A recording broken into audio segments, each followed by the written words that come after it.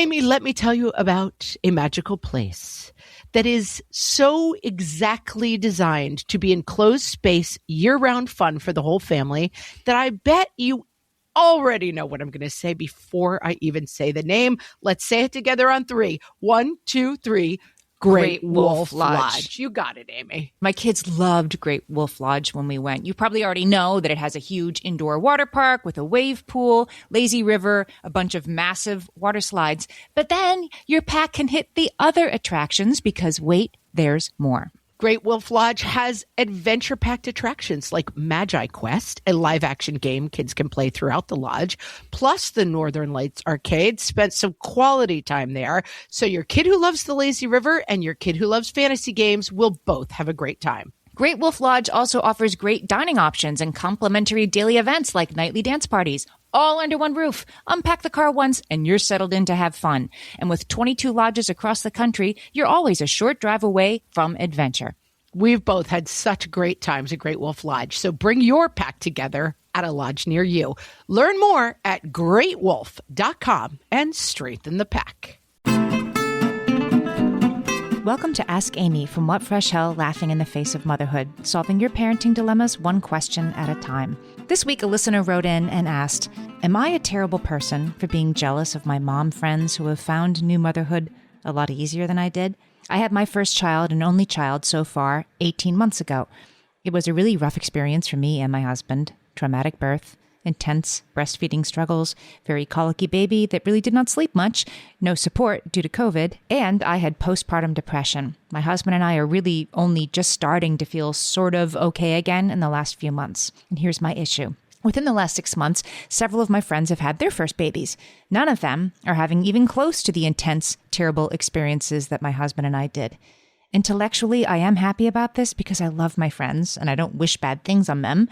But emotionally, I seem to be struggling with watching all of them sail through, relatively speaking, something that was 100% the hardest, darkest time of my life. When I hear and see them having such an easy time, I sometimes feel angry or even like I want to cry. I hate feeling this way, and it makes me feel like a bad person and a terrible friend. Has anyone else had a really rough birth, newborn experience and then struggled when seeing other people have better experiences? Am I a terrible person for not being able to be fully happy for my friends who are having such an easier time than I did? You are definitely not a bad person. This is something called meta emotion, which I learned about working on this podcast, and I think about it all the time. You have meta emotion because you have these feelings, the anger, the jealousy, being triggered and remembering how dark that time was for you. And then on top of that comes an emotion about the emotion, the guilt. I must be a terrible person. I must be a terrible friend. Your feelings, all of them are your feelings, and you're entitled to them because you earned them the hard way. That just getting back to feeling okay that you're talking about, I mean, it was 18 months, right? You're just coming out of it. You're just starting to feel like yourself again. That will continue to improve. But, you're like a newborn yourself in this moment. You're just coming back. Those feelings of jealousy, they're going to be there. They're going to wax and wane. That's not something that you have to feel bad about on top of it. Let me tell you, your hard is hard. You were robbed of a lot of joy by postpartum depression, by a colicky newborn, which I know a lot about, and by a pandemic. And then you're seeing others sail through it. Of course, you're going to be like, ugh, why is it so easy for other people? It reminds me of my friends who had kids in the class of 2020, watching kids in the class of 2021. This is from high school. And the kids in the class of 2021 were getting to have a prom and a graduation. And they also went on to have a fairly normal first year of college, at least in my kids' case. The class of 2020 got to have none of those things. And so, I mean, maybe it was a little uncharitable, but it was totally understandable that those moms would be like, what the heck that these kids were going to have what my kids didn't have. And what you're talking about is something that's much higher stakes. The closest I have come to your experience is struggling with infertility, which for me was a very hard time in my life. And then being at the age where all my friends and my sisters-in-law, other loved ones were getting pregnant. Yes, I was happy for them. Yes, it was also painful for me. And that doesn't make you a bad person for feeling that sorrow. You're still recovering from a truly traumatic time. You've come a long way in 18 months, and that you still have a ways to go is really just proof of how hard it really was. And you got through it. In the long run, clamping down on this stuff is always harder and more taxing for your body and your recovery than just letting it flow. So I would say Rather than covering it badly and have your friends being like, what's up with her? Or you're running out of a sip and see to, cry in the car. Just be honest with the friends that you can be honest with. You can do that beforehand. You can do that afterwards if it needs to be.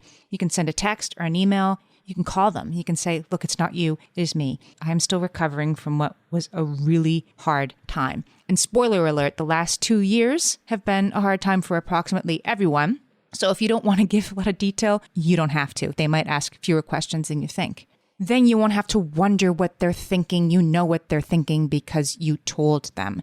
And they don't have to do anything differently. It's just, I might need to leave the party a little early. I might skip this next one if it's okay with you. I've just been going through a really hard time and I'm going to come see the baby as soon as I can.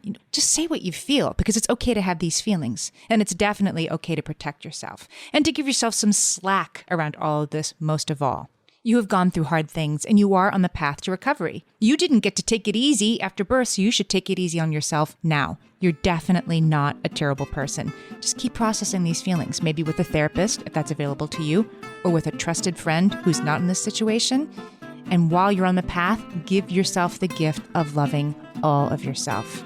Send us your parenting questions and we might answer yours next. Email us questions@whatfreshhellpodcast.com. Thanks for listening.